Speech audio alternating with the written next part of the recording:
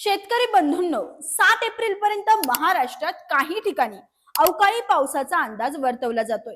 तुमच्या पिकांचे किंवा मालाचे नुकसान होऊ नये यासाठी काही महत्त्वाची काळजी घ्या. नंबर 1, उघड्यावर असलेला शेतमाल झाकून ठेवा.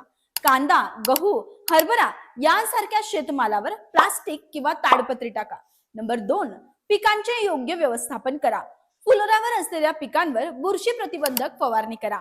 हवामान खराब झाल्यास कीड रोग वाढू नयेत म्हणून वेळीच उपाययोजना करा. नंबर 3, जनावरांची काळजी घ्या. जनावरांना सुरक्षित ठिकाणी ठेवा.